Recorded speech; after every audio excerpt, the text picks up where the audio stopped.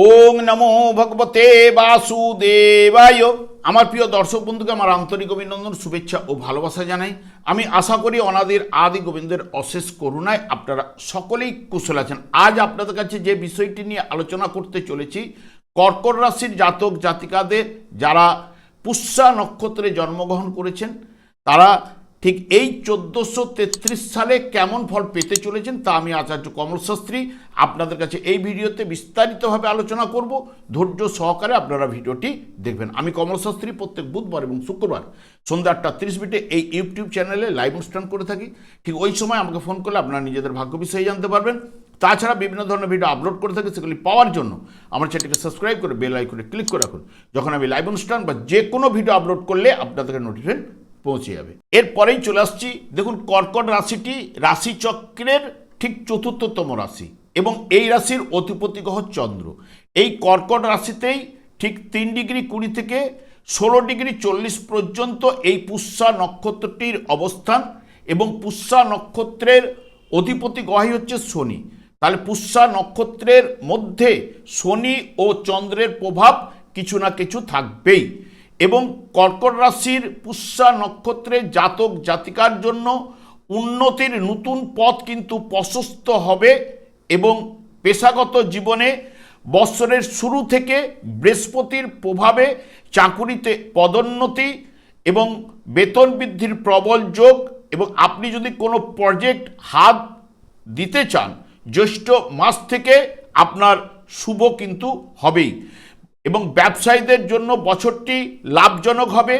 বিশেষ করে যারা শিক্ষা, আইন, ম্যানেজমেন্ট ও গবেষণার কাজের সঙ্গে যুক্ত তাদের মান সম্মান প্রভাব বাড়বেই। তবে বছরের শুরু বৈশাখ মাস থেকে আষাঢ় মাস পর্যন্ত কর্মক্ষেত্রে একটু অস্থিরতা বা বাড়তি দায়িত্বের চাপ কিন্তু আপনাদের থাকবে।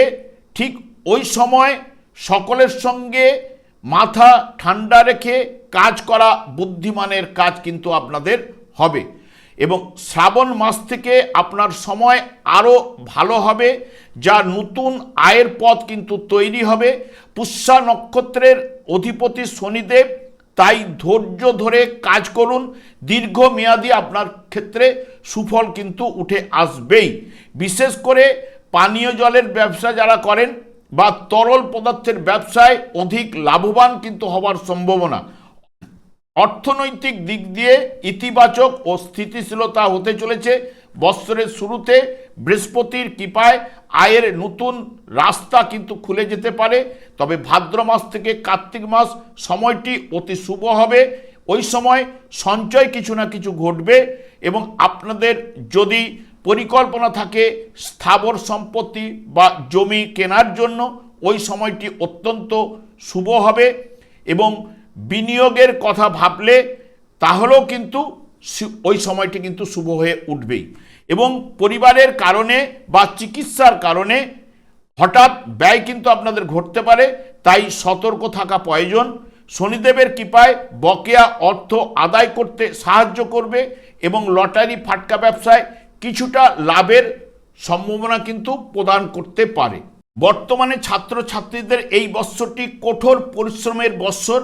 পড়াশোনায় যতটা আপনি শ্রম দেবেন সেই মতো ফল কিন্তু আপনাদের ক্ষেত্রে উঠে আসবে। যারা বিদেশে পড়াশোনা করতে চাইছেন বৈশাখ মাস থেকে শ্রাবণ মাস তাদের জন্য কিন্তু শুভ হবে। সরকারি চাকরি বা এন্ট্রান্স পরীক্ষার জন্য প্রস্তুতি নিচ্ছেন, সাফল্য পাবেন, তবে ধৈর্য ধরতে হবে। তবে জ্যৈষ্ঠ মাস থেকে কিছু না কিছু শুভ প্রভাব কিন্তু আপনাদের পড়বে।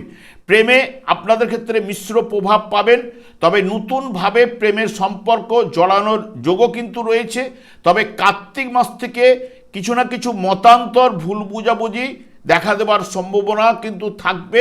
ওই সময় আপনারা যতটা সতর্ক হয়ে চলতে পারবেন আপনাদের ক্ষেত্রে ভালো এবং পারিবারিক জীবনে সুসম্পর্ক বজায় থাকবে এবং মায়ের সঙ্গে ভ্রমণের যোগও কিন্তু থাকছে।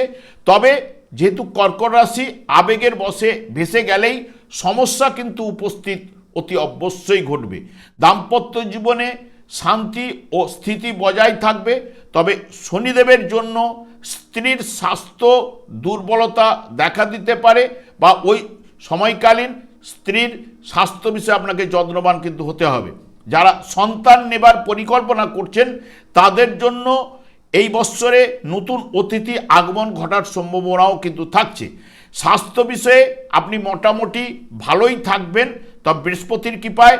তবে পেটের ও কোমরের ও হাঁটু থেকে নিচের দিকের কিছু না কিছু সমস্যা আপনার মধ্যে আসার সম্ভাবনাও কিন্তু প্রবল থাকছেই।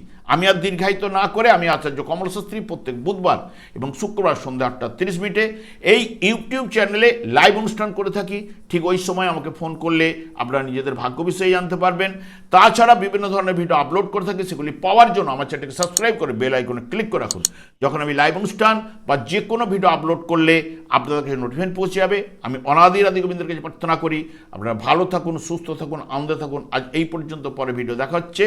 নমস্কার।